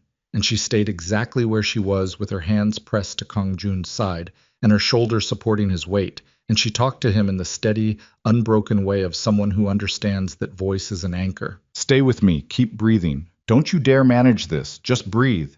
His hand came up and covered hers, not to move it, just to hold it. "The shooter," he said. "Sung-ho has it." She could hear that. The specific terminal sounds of a situation being resolved in the shadows above. "It's handled. Look at me. Stay here." He looked at her. His eyes were dark and clear, and in them she saw the thing she had been seeing in fragments for weeks and refusing to fully read. The thing that was not strategy, not calculation, not the operational regard of a man managing a useful variable. Something stripped of every professional layer by the specific, impartial democracy of a bullet and a concrete floor. "I saw him move," he said. His voice was strained, but each word was deliberate. "In the shadows. I had 3 seconds, maybe less. You don't have to explain it. I want to." A breath. His hand tightened over hers. "I want you to know it wasn't the arrangement. It wasn't strategy. I saw him move and I moved and I didn't think about anything except—" He stopped. His jaw worked. "You." She looked at him in the terrible industrial light of the harbor facility, and she felt the thing she had been holding at arm's length for weeks. Close the remaining distance, and she pressed her hands harder against his side and said, very quietly, "You're not allowed to tell me that and then die in a shipping facility. That is not an acceptable sequence of events." His mouth moved. This time it was unmistakably the ghost of a smile, even through the gray and the pain. "Noted." Sung-ha was there 30 seconds later, crouching on Kong Jun's other side, already on his phone, and she heard the word for ambulance and gave up the management of the next phase to people who were trained for it. And she stayed exactly where she was, because leaving was not a thing her body was willing to do. The hospital was in Incheon, close enough that the ambulance arrived at the facility in 11 minutes, which she counted. She rode in the back with him and held his hand, which was not something she examined or justified. It was simply what she did, and it was what he allowed, and that was the full extent of the negotiation. "I was in surgery for 4 hours. The bullet had entered below the left shoulder blade and missed the lung by a margin that the surgeon described, with the particular neutral professionalism of someone who delivers these assessments multiple times a week, as fortunate. There was damage to muscle and tissue that would require significant recovery. He would be in the hospital for several days. He would be in pain for considerably longer." She sat in the surgical waiting area in her rain-damp clothes with dried blood on her hands that she had washed twice and not entirely removed. And she stared at the wall, and she did not cry, because crying was a release, and release required the permission of safety, and she had not yet assessed whether this was a safe place to release anything. Her phone had 14 missed calls. 3 from her mother, 2 from Ji-yeon, 1 from a number she identified when she scrolled to it as her stepfather's. She called Ji-yeon first. Ji-yeon, in the manner of someone who had clearly been awake for hours and had processed the relevant information and was now operating purely in the register of effective action, told her that Kong Jun's people had detained Park Hyun-soo and 3 of his associates at the facility, that documentation of the Park family's financial crimes, the port manipulation, the bribery, the decade of infrastructure extortion, had been delivered to 3 separate law enforcement contacts simultaneously, that Jaemin's father would not be returning to the life he had been living. She said it with the same voice she used to schedule gallery appearances. "And Han Sung-jae," Zarya said, "released at the facility. He was not involved in the operational plan. He was leverage, as Mr. Seo assessed." A pause. "He asked about you." She said nothing for a moment. "Thank you, Ji-yeon." "He'll want to see you when he comes out of surgery," Ji-yeon said. "He'll deny it, but he will." She ended the call and sat with the phone in her lap and looked at her hands and thought about 26 years of being the person who absorbed what rooms decided to give her and called that living. And she thought about standing in a service alley in the rain and reading a document that told her she had been seen as a variable. And she thought about a man covering her hand with his on a concrete floor and saying "you" with the specific stripped quality of a word that has had everything performative removed from it by circumstance. She had not resolved the document. She had not resolved the file, the photographs, the 2 years of surveillance, the annotations that described her emotional architecture in the vocabulary of strategic planning. Those things were real, and they had happened, and they would require, at some point, a conversation she did not have the energy for tonight, but she understood, sitting in a hospital waiting room at 2 in the morning with blood. She couldn't entirely wash off her hands. That resolution was not the same as simplicity. That 2 things could be true simultaneously. That she had been watched and assessed and found useful, and that somewhere in the middle of that calculation, something had changed that couldn't be uncalculated. That the man who had pulled her file had also stepped in front of a bullet in the 3 seconds available to him, and that 3 seconds was not enough time for strategy. She understood that. She didn't forgive it yet. She didn't need to yet. She just needed to sit with the understanding that both things were true and let that be sufficient for tonight. "I was awake when she was allowed in," which surprised her.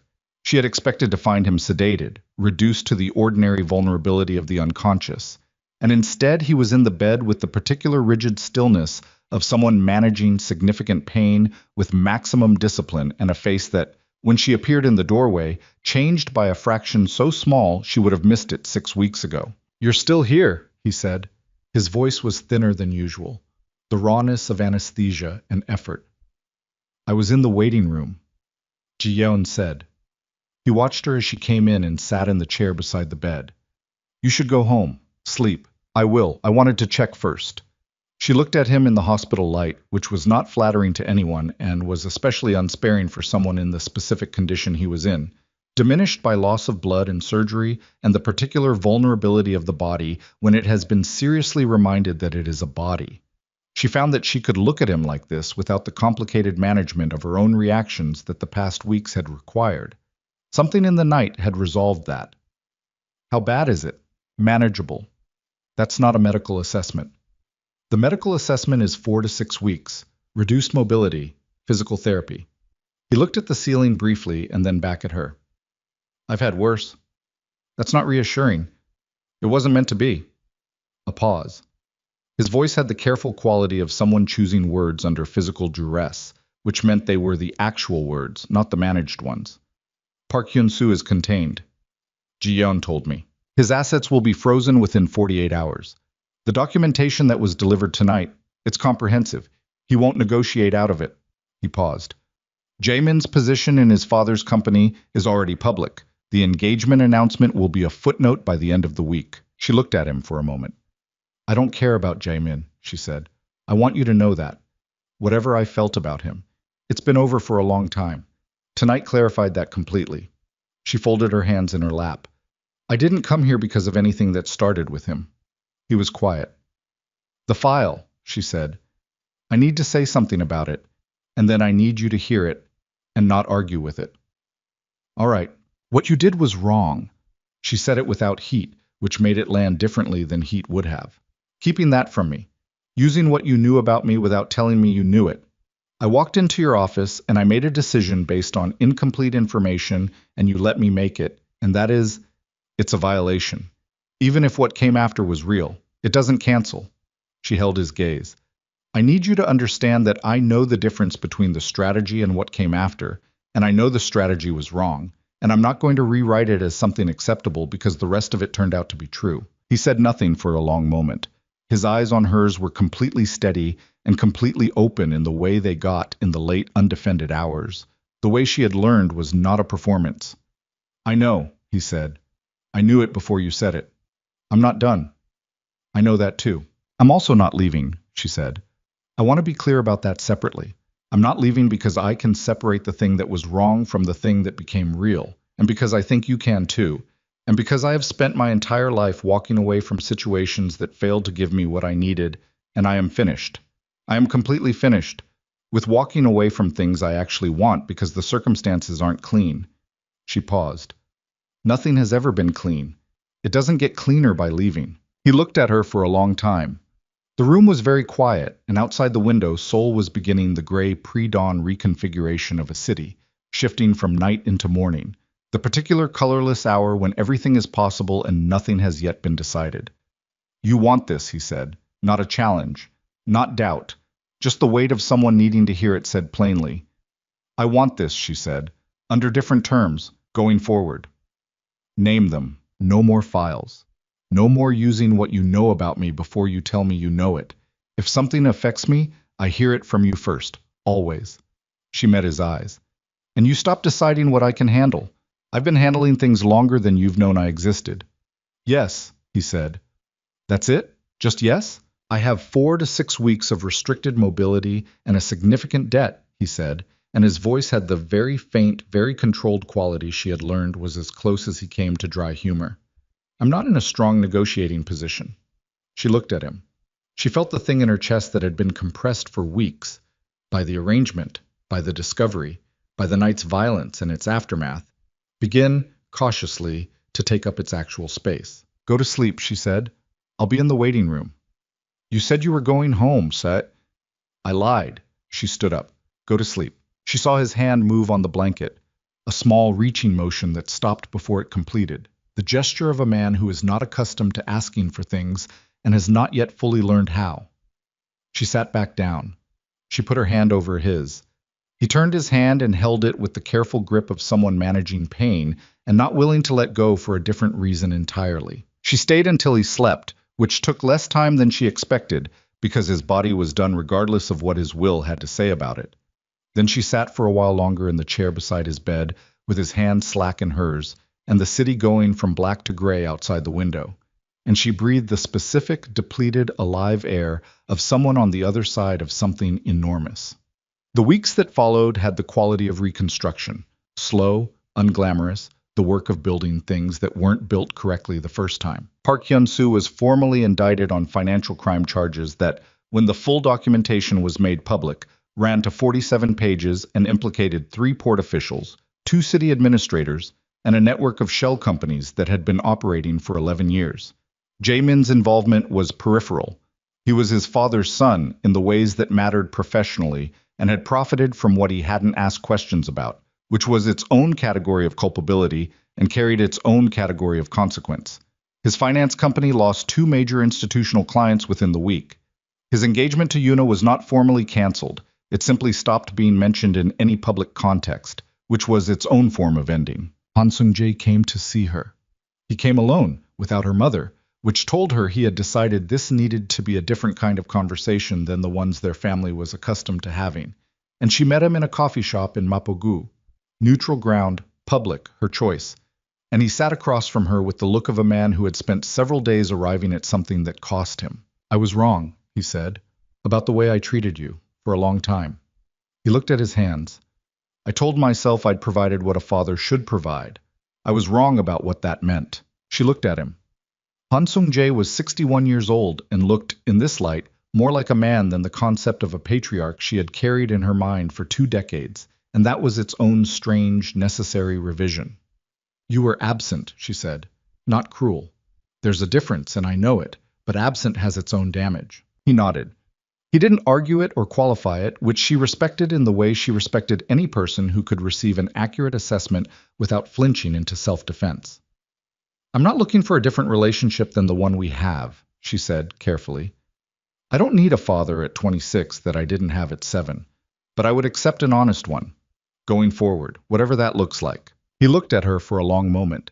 His eyes were wet, and she let that be what it was without making it the center of the conversation. "I would like that," he said. They finished their coffee. He paid. She let him. They walked to the door and he paused on the sidewalk and looked at her with a directness she didn't associate with him and said, "He came to me, Seo Kang-jun, 2 months before the dinner. He was asking about our finances, but he asked about you specifically. I didn't understand it then." She looked at him. "What did you tell him?" "The truth," he said simply. "That you were more than we ever gave you room to be." He paused. "I didn't know I knew that until I was saying it." She stood on the sidewalk in the Mapo afternoon light and let those words settle into the specific, complicated territory they belonged in. And then she said, "Thank you, Appa," and meant it with the portion of herself that was still capable of meaning it, which was smaller than it might have been and larger than she had expected.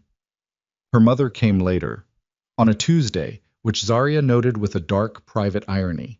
She arrived at the office Zarya had moved into, a real office now, her own lease, not a desk in a shared space. And she sat across from her daughter, and she didn't perform and she didn't manage, and she cried, which Choi Eun-hee had not done in front of Zarya since she couldn't remember when. "I chose the family's comfort over your truth," her mother said. "Again and again. I told myself I was keeping the peace. I was keeping my position." She pressed her fingers against her mouth briefly. "I knew about Jaemin before the invitation. I knew for 3 months. I didn't tell you because telling you would have required me to do something about it. And I didn't want—" She stopped. "I didn't want the disruption." Zarya looked at her mother's face. The lines of it, the familiar architecture, the specific grief of a woman looking at the cost of her own choices. She felt the anger that was always there when she thought about this, and she felt it fully, without managing it, which was new. She let it exist in her chest for a moment, real and legitimate and earned. Then she said, "I know. I'm sorry. I know that too." She paused. It's not enough. I want you to know it's not enough and that I'm not going to pretend it is just to make the room more comfortable. That's finished. She held her mother's eyes. But it's a start. If you mean it as a start and not a conclusion. Her mother nodded. She looked older and more real and more human than she had looked in a long time, and that was, Zarya thought, maybe the most honest version of her she had ever seen, and the most honest version was the one she could work with. They did not hug. They would get there maybe, over time, over the kind of time that was measured in consistent small actions rather than gestures. Her mother stood to leave and paused at the door and looked back.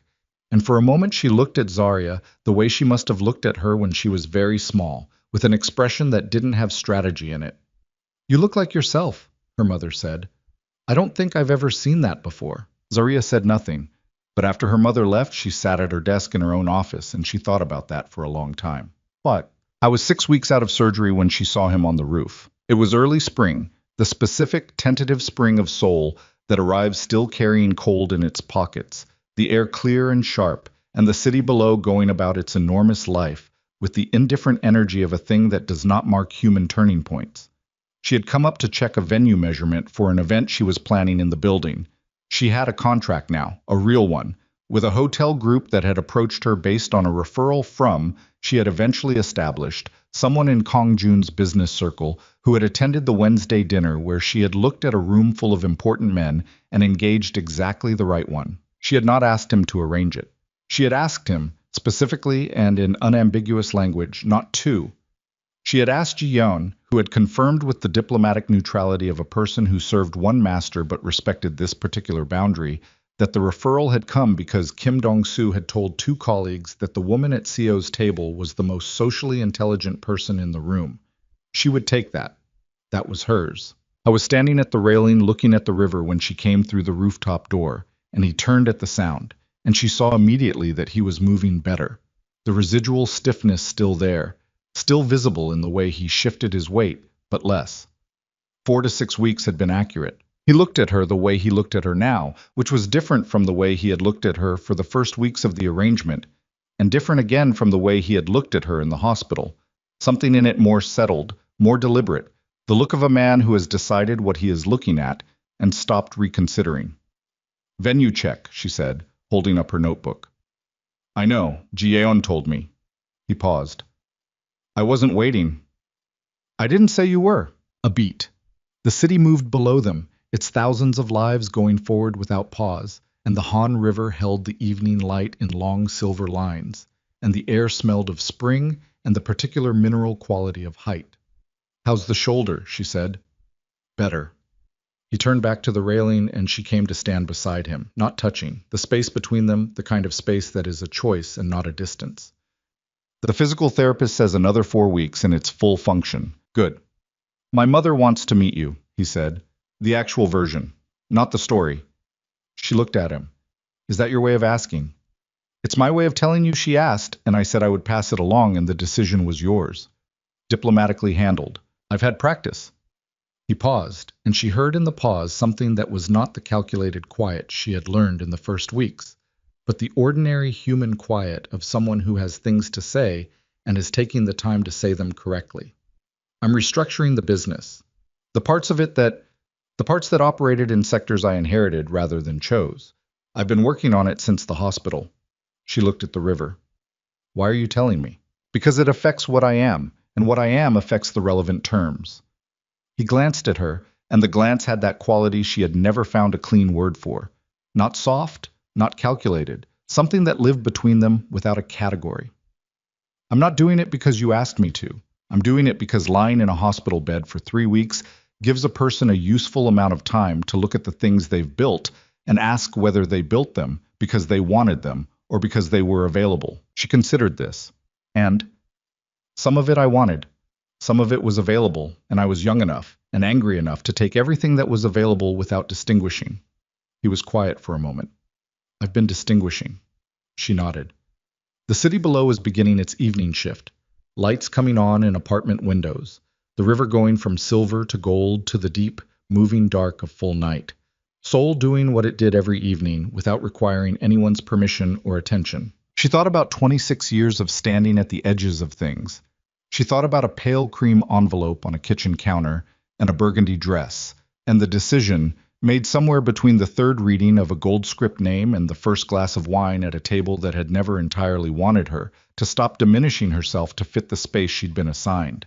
She thought about a man standing up from a table in a restaurant and saying, "She's with me," and all the ways that sentence had been true, and all the ways it had been complicated, and all the ways it had, in the end, despite and because of everything, turned out to matter. She thought about the kind of person she was now, standing on this roof, in this city, with her own office and her own contract and her own clear sight of what she was worth, which she had not arrived at because anyone had rescued her. She had arrived at it through the specific, unglamorous process of surviving the thing that had been intended to use her and coming out the other side knowing her own dimensions. "No secrets," she said. He looked at her. "No secrets. No games. No managed information. No decisions made about my life before I'm in the room." She turned to face him fully. "If that's the arrangement, then yes, I'll stay." I was quiet for a long moment. In the settling dark, his face had the quality she had learned was his truest expression, the one that appeared after the controlled layers had been down long enough that what was underneath had room to surface. Unhurried, unperformed, real in the specific way of things that have been tested and held. "No secrets," he said. "No games." He paused. "I can't promise you clean. My world isn't clean." "I didn't ask for clean," she said. "I asked for honest." He reached out and took her hand. Not the brief, deniable contact of dinner tables and dark cars, but a full, deliberate hold, fingers through fingers, his thumb settling over her knuckles with the quiet permanence of a man who has decided he is done being careful about what he reaches for. She let him. Below them Seoul burned and breathed and moved through its enormous, indifferent night, and the Han River held everything's light and gave none of it back, and Zaria Bennett, who had spent 26 years invisible in rooms that looked through her, who had been surveilled and strategized and nearly taken apart by people who saw her as a variable in their larger calculations, who had stood in service alleys in the rain and in hospital waiting rooms with dried blood on her hands, and in her own office on a Tuesday afternoon hearing for the first time what she had always been worth, stood on a rooftop above the city that had tried to swallow her and looked out at all of it and felt, for the first time she could accurately remember, like the full, complete, sufficient size of herself. Not because someone had chosen her, because she had.